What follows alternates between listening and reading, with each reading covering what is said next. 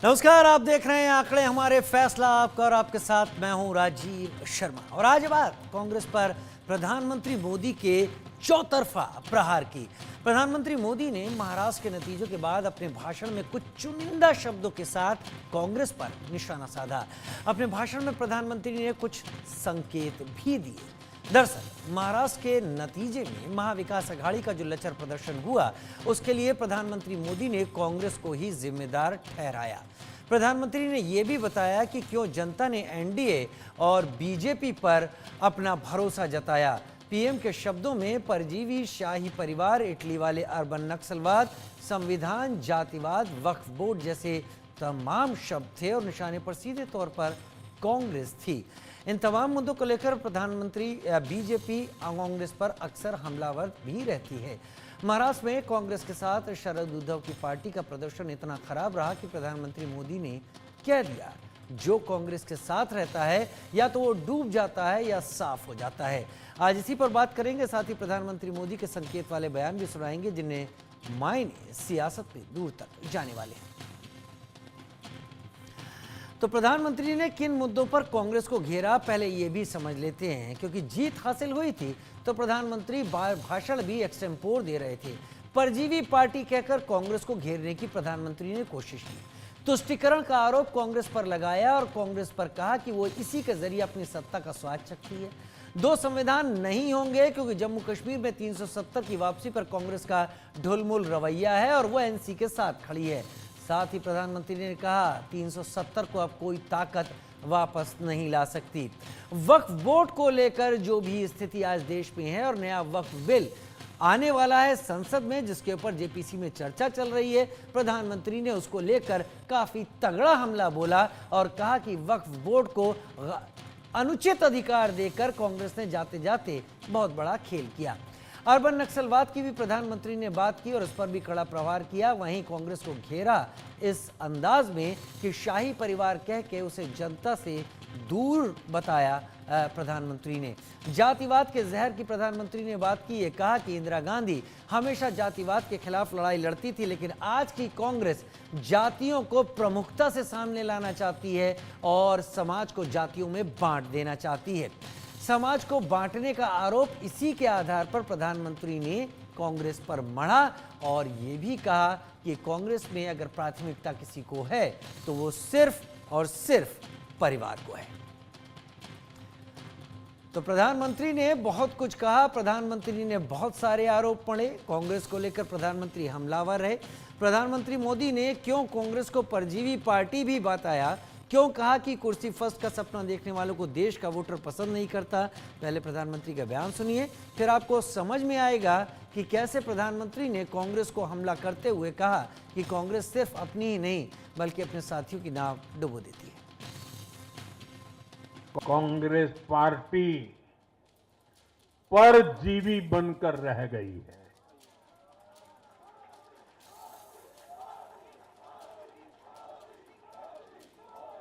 Congress party के लिए अब अपने दम पर सरकार बनाना लगातार मुश्किल हो रहा है। हाल ही के चुनावों में जैसे आंध्र प्रदेश, अरुणाचल प्रदेश, सिक्किम, हरियाणा और आज महाराष्ट्र में उनका सुपड़ा साफ हो गया।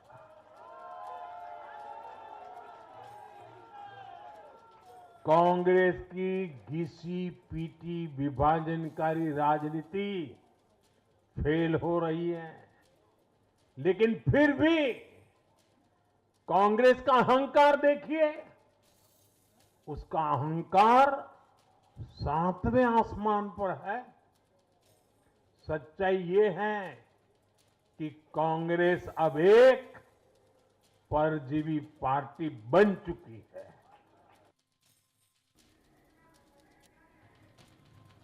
प्रधानमंत्री ने सीधा हमला किया कांग्रेस के ऊपर। प्रधानमंत्री इस बयान के बाद रुके नहीं, उन्होंने क्रमवार मुद्दे वो गिनाए जिसमें केंद्र में उनके कांग्रेस ही रही। प्रधानमंत्री आखिर किस चीज को, किस बात को ध्यान में रखकर ये सारी बातें कह रहे थे? क्या प्रधानमंत्री नरेंद्र मोदी उन पार्टियों को ये बताना चाह रहे थे जो इंडिया ब्लॉक के साथ आकर मिल गई और कांग्रेस के साथ रहकर आगे बढ़ने की सोचने लगी, लेकिन वर्तमान परिणाम उनकी कमजोरी को सामने रखते हुए दिखाई पड़े? क्या प्रधानमंत्री इस हमले को सामने रख रहे थे या प्रधानमंत्री आगे चलकर कांग्रेस को घेरने की पूरी तैयारी करने के तहत एक सोची समझी रणनीति के चलते ये बयान, ये पॉइंट वाइज बातें रख रहे थे, जहां पर वो ये सारे आरोप भी लगा रहे थे? आर.के. मिश्रा, नेता बीजेपी, मेरे साथ इस वक्त जुड़ गए हैं। हिमांशु कुमार जी, प्रवक्ता कांग्रेस, मेरे साथ जुड़ गए हैं। जावेद अहमद, चेयरमैन वक्फ वेलफेयर, मेरे साथ इस वक्त जुड़े हुए हैं। सबसे पहले बीजेपी से मेरे साथ इस वक्त आर.के. मिश्रा जी जुड़े हुए हैं। आर.के. मिश्रा जी, प्रधानमंत्री ने कांग्रेस को निशाने पर लिया, वो तो जाहिर सी बात है, प्रधानमंत्री कभी कांग्रेस मुक्त भारत का भी नारा दे चुके हैं, लेकिन कांग्रेस को लेकर प्रधानमंत्री परजीवी पार्टी का जो तमगा लगाते हुए दिखे, आपको क्या लगा? क्या वजह रही प्रधानमंत्री की ये कहने की, और क्या वजह रही कि प्रधानमंत्री के केंद्र में, संबोधन के केंद्र में कांग्रेस ही नजर आई? देखिए राजीव जी, एक चीज मैं आपको बताना चाहता हूं, जो कि देश या प्रदेश अहंकार से नहीं चलता, वो जनता के आशीर्वाद से चलता है। अब जिस तरह से विपक्षी खेमे में खास करके कांग्रेस में हाहाकार मची हुई है, आपने देखा होगा, जो जब हरियाणा के विधानसभा चुनाव के नतीजे आए, उसके बाद अब महाराष्ट्र के और अन्य राज्यों के जितने भी उपचुनाव के नतीजे आए, वो कहीं ना कहीं मुझे लगता है एनडीए और भाजपा के पक्ष में आया है। तो मैं तो कहता हूं कि जनता के आशीर्वाद से ही सब कुछ होता है। और आपने जिस तरह से जनता के सामने आप जाने की कोशिश की, आपने ये भी कहा संविधान खतरे में है। भाई, आपने जातिगत जनगणना की भी बात करी, आपने सामाजिक न्याय की तो बात आप करते हैं, लेकिन आप उस समाज को तोड़ने का प्रयास कर रहे हैं, जाति में विभाजित करने का प्रयास कर रहे हैं। देश एक बार विभाजनकारी जो आपकी नीति रही है उसको देख चुकी है देश। और उस समय में 1947 के अंदर में जिस तरह से हम टुकड़े टुकड़े हो गए थे, समाज भी टुकड़ा हो गया था और देश भी टुकड़ा हो गया था। उस दंश को हम, उस 70 साल हो गए, 75 साल हो गए, हम उस दंश को अभी भी महसूस कर रहे हैं। आज फिर आप उसी चीज की चर्चा कर रहे हैं। और जिस तरह से आप सामाजिक न्याय और देश को जिस तरह से आप एक भूल भुलैया के अंदर में लाने का प्रयास कर रहे हैं, मुझे लगता है जो कि देश इस चीज को समझता है और जनता भी इस चीज को समझ रही है। इसलिए ये जो लगातार आप विधानसभा या उपचुनाव के जो नतीजे देख रहे हैं राजीव जी, निश्चित तौर पर ये उसी का परिणाम है। और जनता को आप भ्रमित नहीं कर सकते। जनता को जमीन के ऊपर उसको काम चाहिए, उसको उसकी बात करने वाला चाहिए, उसको जो रिप्रेजेंटेटिव मिले वो उसकी बात करे। जल्दी से ये बताइए, मैं अभी चर्चा में समय काफी है, जल्दी से बताइए कि परजीवी पार्टी का तमगा क्यों दिया?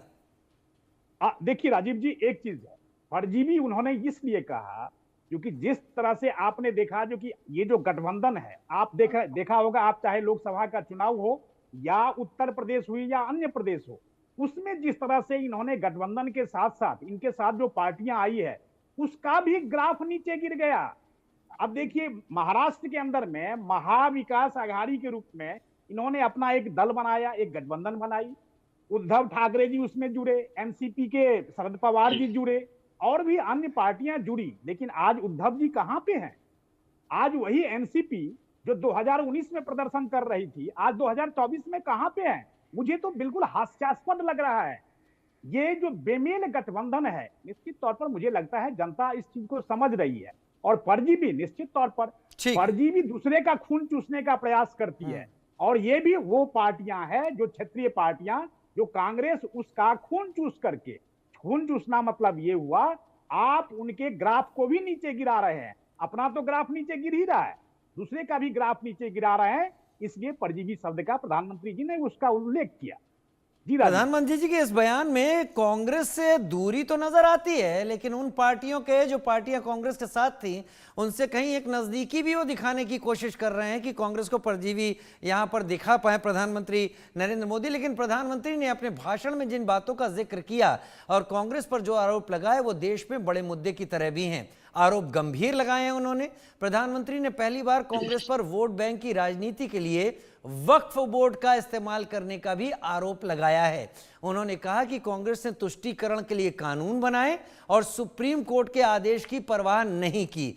आरोप लगाया उन्होंने कि कांग्रेस ने 2014 में सरकार छोड़ने से पहले दिल्ली और आसपास के इलाकों की कई संपत्तियां वक्फ बोर्ड को सौंप दी थी। सुनते हैं। कांग्रेस ने तुष्टीकरण का जो बीज बोया वो संविधान निर्माताओं के साथ बहुत बड़ा विश्वासघात है और ये विश्वासघात मैं बहुत जिम्मेवारी के साथ बोल रहा हूं। संविधान के साथ इस परिवार का विश्वासघात है। दशकों तक कांग्रेस ने देश में यही खेल खेला। कांग्रेस ने तुष्टीकरण के लिए कानून बनाए, सुप्रीम कोर्ट के आदेश तक की परवाह नहीं की। इसका एक उदाहरण वक्फ बोर्ड है। दिल्ली के लोग तो चौंक जाएंगे। हालात ये थी कि 2014 में इन लोगों ने सरकार से जाते जाते दिल्ली के आसपास की अनेक संपत्तियां वक्फ बोर्ड को सौंप दी थी। हिमांशु कुमार, प्रवक्ता कांग्रेस पार्टी, मेरे साथ इस वक्त जुड़े हुए हैं। हिमांशु जी, आपके पास आना चाहूंगा। बिना किसी दिक्कत के आपको भी पूरा समय, प्रधानमंत्री का यह हमला कांग्रेस पर था, इसमें कोई दो राय नहीं है। वो कांग्रेस को घेर रहे थे, कोई दो राय नहीं, साफ समझ में आ रहा था। लेकिन कांग्रेस को उन्होंने 2-3 मुद्दों पर घेरा। वक्फ पर घेरा कि जाते जाते दिल्ली की कई संपत्तियों को वक्फ के हवाले कर गए, और आज स्थिति यह है कि कई जगह इसके ऊपर तनाव भी दिखाई पड़ता है, कई जगह सवाल भी दिखाई पड़ते हैं। लेकिन सबसे कड़ा हमला इस बात का था कि कांग्रेस जिसको भी साथ लेती है उसकी भी नैया डुबो देती है। आपकी प्रतिक्रिया? ये ऐसा है कि भारतीय जनता पार्टी को अपने गिरेबान में झांकने की जरूरत है। आप देख लीजिए किस तरह से जेजेपी को ये हरियाणा में खत्म कर दिया। जेजेपी का कोई अस्तित्व नहीं रहा, इनके साथ गए, खत्म हो गया जेजेपी। आप देख लीजिए झारखंड में इनकी स्थिति क्या हुई है, और अन्य राज्यों में भी देखने की जरूरत है। सबसे पहले गठबंधन की राजनीति किसने शुरू किया था? यही भारतीय जनता पार्टी के लोगों ने शुरू किया था। हमने तो शुरू नहीं किया था। गठबंधन की राजनीति शुरू करने वाले दूसरों पर यदि उंगली उठाए तो इससे बड़ा हास्यास्पद क्या बात है? बात कुछ हो ही नहीं सकता है। और जो बात ये कह रहे थे परजीवी होने का, हम जो मुद्दा है, देश की जनहित से जुड़े मुद्दे हैं, जो मुद्दा ग्रास रूट पर है, जो युवाओं की समस्या है, महिलाओं की समस्या है, इस देश के किसानों की समस्या है, जो इस देश की महिलाओं की और सुरक्षा की जो समस्या है उसकी समस्या है, इस देश की आदिवासी और पिछड़ों की समस्या है, उसको लेकर के हम जो समान विचारधारा के लोग हैं, जिस पर ये बात कर रहे हैं, जिस पर हमला कर रहे हैं, लगातार हमला कर रहे हैं भारतीय जनता पार्टी के सहयोगी दल, उसको लेकर के हम एकत्रित हैं। इसमें परजीवी होने की कहीं कोई बात ही नहीं है। परजीवी तो ये लोग हैं जो ये लोग एक एलजेपी के साथ रहते हैं और एलजेपी का 2 टुकड़ा कर देते हैं। रामविलास पासवान के पुत्र चिराग पासवान कहीं और पशुपति पारस कहीं और चले जाते हैं। पशुपति पारस जी को पूरे मंत्रिमंडल में जगह मिलता है सारे साथियों के साथ। जब चुनाव का समय आता है तो देख लीजिए किस तरह से पशुपति कुमार पारस को हाशिए पर डाल दिया जाता है और चिराग पासवान को अपना लिया जाता है। तो इनकी फूट डालो और शासन करो की जो नीति है वो अंग्रेजों से लिया गया नीति है। सबसे पहले 1857 जब सिपाही विद्रोह हुआ था तो सिपाही विद्रोह के बाद एक कमीशन बैठा था और उसने एक पंक्ति में उसका निर्णय दिया था कि फूट डालो और शासन करो। इतना बड़ा आंदोलन इसलिए हुआ क्योंकि हिंदू और मुसलमान एक होकर के अंग्रेजों के खिलाफ लड़े थे। आज जो अंग्रेजों के अनुयायी सत्ता पर बैठे हुए हैं, आज इसी रास्ते पर चल रहे हैं कि देश में फूट डालो और शासन करो। हमारे मित्र कह रहे थे कि हम विभाजनकारी नीति अपनाते हैं। विभाजनकारी नीति इनको जानकारी होना चाहिए, ये लोग इसके पोषक रहे। सबसे पहले द्विराष्ट्र की परिकल्पना हिंदू महासभा ने किया था। और दूसरी बात, जिस इंडियन मुस्लिम लीग को ये भारत के बंटवारे के लिए दोषी माना जाता है, उसके लिए जिम्मेदार माना जाता है, उसके साथ 1942 में जो अखंड बांग्लादेश था उसमें ये लोग चुनाव लड़े थे, मिलकर के चुनाव लड़े थे, हिंदू महासभा और इंडियन मुस्लिम लीग कांग्रेस के खिलाफ। और सत्ता में आने के बाद इनके जो पूर्वज थे श्यामा प्रसाद मुखर्जी, वो वित्त मंत्री बने थे वहां पर। तो ये इनका इतिहास रहा है। जिन्ना के मजार पर जाकर किसने चादर पोशी की, ये सारे लोग जानते हैं। कुछ बात ये जो कर रहे थे उसके बारे में बताना चाहते, तो जातीय जनगणना की बात कर रहे थे। यदि भारतीय जनता पार्टी के लोग इतने ही आप उत्तरदायी है और इतने ही जातीय जनगणना के खिलाफ है, तो क्यों नहीं बोलती कि हम जातीय जनगणना नहीं करेंगे? इसके बारे में ये चुप क्यों हो जाते हैं? जातीय जनगणना के बारे में दोहरी नीति इनके सामने है। एक तरफ ये खुल के नहीं बोलते कि हम जातीय जनगणना नहीं करेंगे, दूसरी तरफ कांग्रेस पर आरोप लगाते हैं कि हम जातीय जनगणना करवा करके हम जाति में देश को बांटना चाहते हैं। सच्चाई ये नहीं है। सच्चाई ये है कि हम जातीय जनगणना के द्वारा ये देखना चाहते हैं, जो श्री राहुल गांधी जी ने कहा कि ये समाज का एक्सरे होगा कि किस जाति के लोग की आर्थिक स्थिति कैसी है। और इस देश में जो सरकार बनी है, सरकार को चाहिए जो अंतिम पायदान पर बैठे हुए लोग हैं उनको भी सहभागिता मिले, उनकी भी आर्थिक स्थिति ठीक हो। तो इसमें जाति की बात कहाँ है? जमात की बात हम कर रहे हैं, तो ये जाति की बात करते हैं। और दूसरी बात की जातीय जनगणना का विरोध भी नहीं करते हैं। ये कहते हैं कि हम जो वादा करते हैं उस पर काम करते हैं, हम ग्रास रूट पर काम करते हैं। अब आयुष्मान भारत का ये चर्चा करेंगे कुछ देर में। आयुष्मान भारत में इनका एक कच्चा चिट्ठा है। जो सीएजी का रिपोर्ट आया उसमें ये बताया गया कि जो लोग थे जिन्हें इलाज की जरूरत थी उन्हें तो इलाज नहीं मिला, बल्कि 24.9 लाख लोगों का इलाज आयुष्मान भारत कार्ड के द्वारा हुआ। 20,000 से अधिक एक ही मोबाइल नंबर का उपयोग किया गया। पहले डिस्चार्ज डेट फिर एडमिशन डेट, पहले सर्जरी डेट फिर एडमिशन डेट। ये इनका कच्चा चिट्ठा है आयुष्मान भारत का। और सीएजी के रिपोर्ट आने के बाद मतलब आपका मतलब प्रधानमंत्री ने ये कहा, एक तो प्रधानमंत्री का एक बयान मुझे याद है, उन्होंने कहा कि बहुत अच्छा हुआ जो उत्तर प्रदेश में इनकी सहयोगी पार्टी ने इनको सीट नहीं दी, नहीं तो वो भी पूरी तरह डूब गए होते। 2 सीटें मिली हैं समाजवादी पार्टी को। क्या प्रधानमंत्री का ये तंज कांग्रेस उसी रूप में ले रही जिस रूप में वो कह रहे हैं? देखिए, बिल्कुल नहीं। हमारा अंडरस्टैंडिंग है, पहले भी मैं कहा था कि हम अपने संगठन पर ध्यान दे रहे हैं और उत्तर प्रदेश में हम अपने संगठन को मजबूत कर रहे हैं। समाजवादी पार्टी यदि चुनाव लड़ी है तो उससे कांग्रेस का सहयोग मिला है, हम सहयोगी दल हैं, निश्चित रूप से सहयोग कर रहे हैं। लेकिन मैं पहले भी कहा कि इनको अपने गिरेबान में झांकने की जरूरत है। जेजेपी आज कहाँ चला गया? जेजेपी कहाँ चला गया? नहीं, जेजेपी के लिए मेरा तर्क नहीं, वो ज्यादा बेहतर बीजेपी के लोग बता पाएंगे। लेकिन मेरे ख्याल से चुनाव जेजेपी के साथ नहीं लड़ा गया, जो हम और आप जानते हैं अच्छी तरीके से। मैं जरा जावेद अहमद साहब को लाना चाहूंगा। अंतहीन नहीं होगा, सबको समय देना है, क्योंकि वो भी मेरे साथ चेयरमैन वक्फ वेलफेयर बोर्ड से इस वक्त जुड़े हुए हैं। जावेद अहमद साहब, प्रधानमंत्री ने वक्फ बोर्ड को लेकर कई बातें स्पष्ट की हैं और ऐसा लग रहा है कि विंटर सेशन में वो बिल संसद में आएगा ही आएगा, उसकी तैयारी हो गई है, जेपीसी में सारी बातचीतें चल रही हैं।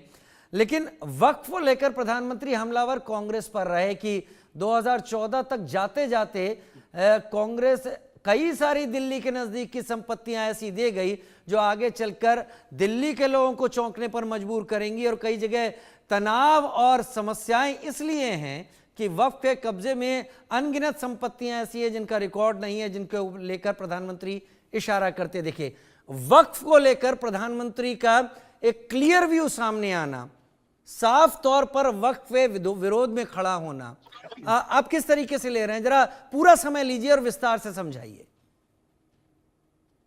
बहुत बहुत शुक्रिया, आपने समय दिया इस पे चर्चा में भाग लेने का। ये प्रधानमंत्री जी जो बात कह रहे हैं बहुत ही जिम्मेदार संवैधानिक पद पर हैं और उनकी बात को बहुत गौर से और सीरियस लिया जाता है, लेना भी चाहिए। ये बिल सरकार ने अपने सत्र में पास करने की कवायद कर रही है, लेकिन ये बिल के बारे में जो कुछ भी बताया जा रहा है, ये संविधान के निर्माताओं ने संविधान के बारे में जिन लोगों ने भी मुल्क की एक तस्वीर देखी थी, उसमें सभी मजहब और धर्म पंथ के मानने वालों के लिए आर्टिकल 26 में उसकी पूरी व्याख्या है और बार बार सुप्रीम कोर्ट ने इसकी व्याख्या को सही तर्क दिया है। अभी हाल ही में अलीगढ़ मुस्लिम यूनिवर्सिटी के बारे में या उत्तर प्रदेश में हाई कोर्ट के मदरसे के बारे में जो फैसला आया था, तो बहुत ही गंभीरता से और बहुत ही सार्थक तरीके से उसकी व्याख्यान हुई है। और गौरतलब बात यह है कि दिल्ली के परिक्षेत्र में, दिल्ली के मामले में जो वक्फ की व्याख्या है, जो वक्फ के बारे में तस्वीर बताई गई है, वो सही नहीं है। सही ये है कि जब देश आजाद हुआ उसके बाद जो उसका स्वरूप आया तो उसमें 1954 में एक वक्फ एक्ट आता है। उसके बाद उसकी मैनेजमेंट, उसके देखभाल, रेगुलेशन की प्रक्रिया जारी होती है। वक्फ उससे पहले था। वक्फ की जो जमीनें हैं वो डॉक्यूमेंटेड हैं।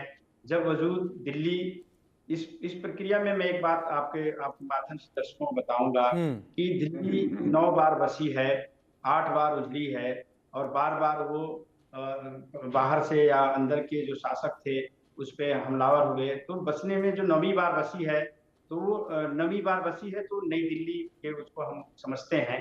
तो तमाम जो रिकॉर्ड है, रेवेन्यू रिकॉर्ड हैं या गजट है, या जाते जाते 14 की बात जो प्रधानमंत्री जी कह रहे हैं, जो आपने उसकी बात तस्वीर में या सामने जो प्रस्तुत किया है, तो वो बात लीगल और डॉक्यूमेंटेड है। हाईकोर्ट ने के एक रिटायर्ड जज के उसमें सुपरविजन में एक रिपोर्ट सबमिट की गई और उसमें तमाम जितनी 123 वक्फ प्रॉपर्टी हैं सब गजट है, उसके डॉक्यूमेंट है, रेवेन्यू रिकॉर्ड में है और सब चीज तार्किक है। अब रही बात कि वक्फ एक राजनीतिक बिल के रूप में उभरा है और पूरे चुनाव में महाराष्ट्र में सेंटर में था, केंद्र में था, तो कोई भी जमीन एक बार अवतरित नहीं हुई। किसी सरकारों, किसी महाराजाओं की मेहरबानी से ये जमीन नहीं गई। इसी तरह हिंदू मजहब के मानने वालों के तमाम मंदिरें और उनकी जो धर्मार्थ हैं वो भी एक बहुत ही प्राचीन है, कदीम है। इसी तरह सिख का भी है, तमाम मजहब के मानने वालों का है कि वक्त पर ही बात हो रही है। सवाल ये है, क्या हमेशा इस तरह से चीजों को प्रस्तुत किया जाएगा कि सच्चाई से हट के बात होगी? अगर डॉक्यूमेंटेड है, 1913 में वजूद में आया, 1925 में 24 में वक्त का एक्ट का वजूद में आना, ये धीरे धीरे 1995 में, तो सरकारों में बीजेपी भी 1995 में विपक्ष में रही होगी, 2013 में भी विपक्ष में थी और जेपीसी जो फॉर्मेशन हुआ है उसमें सभी दल के भी लोग हैं। तो इस तरह की एक बात को कहना ये लगता है कि कहीं न कहीं मामला बायस है और उसको तर्कसंगत देखना चाहिए। वक्त एक मजहबी जरूर है लेकिन वैधानिक है, संविधान के जरिए उसका स्वरूप में आया है, तरमीम हो सकता है, उसके सुझाव पे बात हो सकती है। लेकिन सरकार जब ये बिल लाई तो उसमें एक बात जो उसके थीम में था कि मैं करप्शन को कम करूंगा, मिसमैनेजमेंट को ठीक करूंगा और हम उसको बेहतरी की तरफ ले जाएंगे।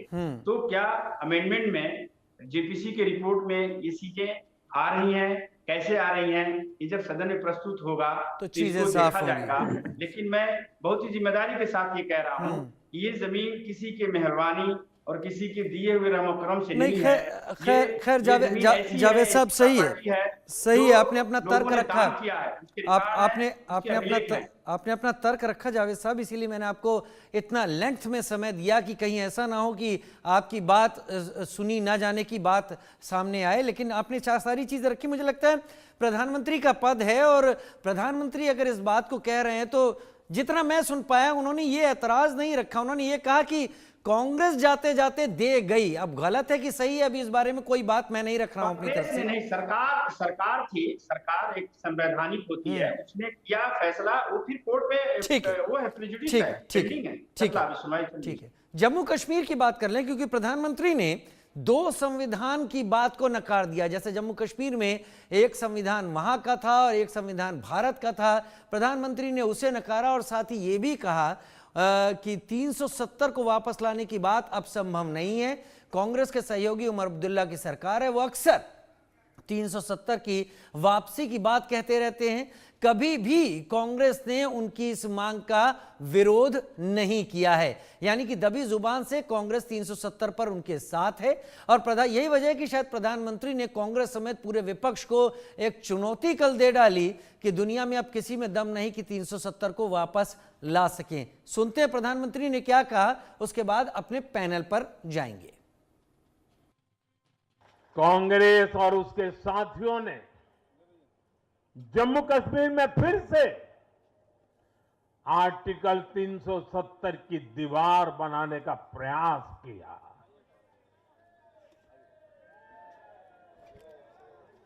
वो संविधान का भी अपमान है।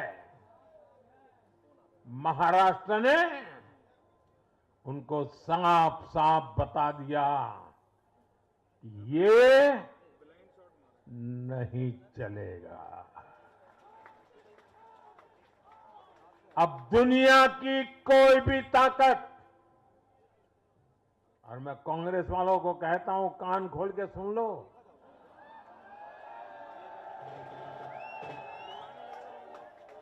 उनके साथियों को भी कहता हूं, अब दुनिया की कोई भी ताकत 370 को वापस नहीं ला सकती।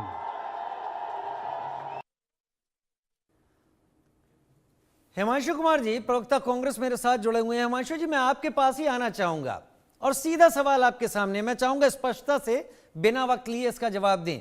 क्या 370 की वापसी वाकई कांग्रेस चाहती है?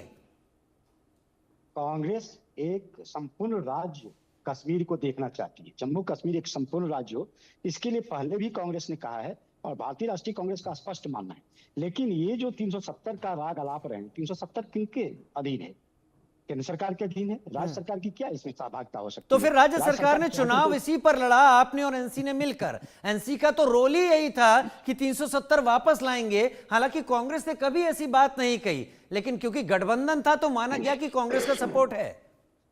देखिए, मिनिमम कॉमन प्रोग्राम पर हम साथ थे। अब हर मुद्दे पर साथ हूं ऐसी जरूरत नहीं है। जी, ऐसा ये जी, कि हम निश्चित रूप से जी, हर मुद्दे पर साथ हैं। जी। लेकिन एक सवाल मेरा है, धारा 371 11 राज्यों में है देश में, उसके बारे में भी प्रधानमंत्री जी को स्पष्ट करना चाहिए। महाराष्ट्र में है, गुजरात में है, कर्नाटक में है, आंध्र प्रदेश में है, मणिपुर में है, मिजोरम में है, नागालैंड में है, अरुणाचल प्रदेश में है, असम में है और सिक्किम में है। इतने राज्यों में, 11 राज्यों में भारत में 371 सेक्शन 371 लागू है। इस पर भी प्रधानमंत्री जी को अपना रुख स्पष्ट। चलिए, ठीक है, भारतीय जनता पार्टी को। ठीक है, बहुत बढ़िया। आर के मिश्रा जी, प्रधानमंत्री ने 370 को लेकर एक बार फिर कहा, जैसा कि हम गृह मंत्री को भी सुन चुके हैं, कि 370 की वापसी अब असंभव है और कांग्रेस को हिमायती करार दिया। वो कांग्रेस को घेरने की कोशिश क्यों कर रहे थे? क्या जताना चाहते थे प्रधानमंत्री? राजीव जी, देखिए, कांग्रेस अभी बहुत बचने का प्रयास कर रही है और हिमांशु जी भी अपने जो कथन है उसमें बचने का प्रयास कर रहे हैं। आपने अभी अभी देखा होगा जो कि जम्मू कश्मीर के विधानसभा में एक प्रस्ताव पारित हुआ है, उसमें कांग्रेस का कोई भी नुमाइंदा, मुझे आज हिमांशु जी यहाँ पर बैठे हुए हैं, बता दें जो उन्होंने कोई विरोध किया होगा। क्या हम ये न समझें जो कि आपकी जो मौन स्वीकृति ये जो आप दे रहे हैं ये क्या है? क्योंकि नेशनल कॉन्फ्रेंस ने जम्मू कश्मीर के अंदर में चुनाव का जो एजेंडा था वो 370 की वापसी थी। आप उनके साथ कोलैबोरेशन में थे। निश्चित तौर पर आपने अगर कोई विरोध नहीं किया, आप मौन रह गए, तो मुझे लगता है जो कि कहीं ना कहीं आप स्वीकृति प्रदान कर रहे हैं। देखिए, जम्मू कश्मीर हो या कहीं और, या जम्मू कश्मीर में जो विधानसभा का चुनाव लड़ा गया वो किसी भी एजेंडे पे हो, मैं कह रहा हूं 370 की वापसी असंभव है। दूसरी बात यहां पर, अच्छा आर के मिश्रा जी, एक बात बताइए, क्या उद्धव ठाकरे के ऊपर बीजेपी इस वक्त कोशिश कर रही है वो वापस आ जाएं? क्या बाकी दल जो कांग्रेस के साथ अलग अलग जगह थे उनको बीजेपी अपने पाले में लाने के लिए प्रधानमंत्री के इन बयानों का सहारा लेगी? क्योंकि हमलावर प्रधानमंत्री उद्धव ठाकरे पर नहीं थे, कांग्रेस पर थे।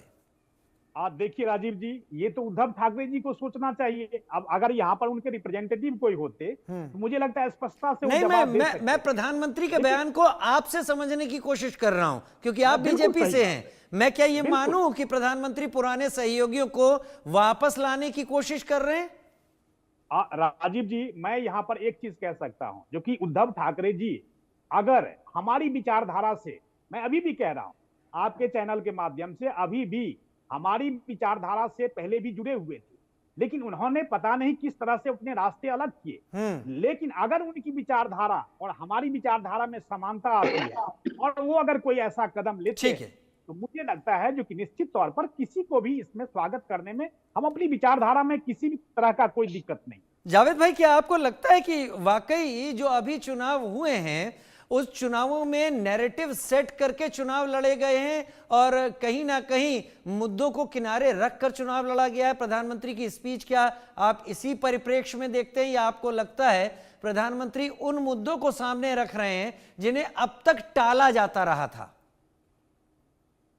मैं समझता हूं कि चुनाव में हर राजनीतिक दल अपने को स्कोर करने के लिए वो सारे मुद्दे उठाती है जो जरूरी और गैर जरूरी होता है। साथ ही साथ अगर कोई चीज बहुत इंतजार के बाद अगर कोई जिम्मेदार सरकार ने कोई चीज तब्दील किया है तो जनता ने एक्सेप्ट किया है। उसमें तमाम मुद्दे हैं, 370 भी है।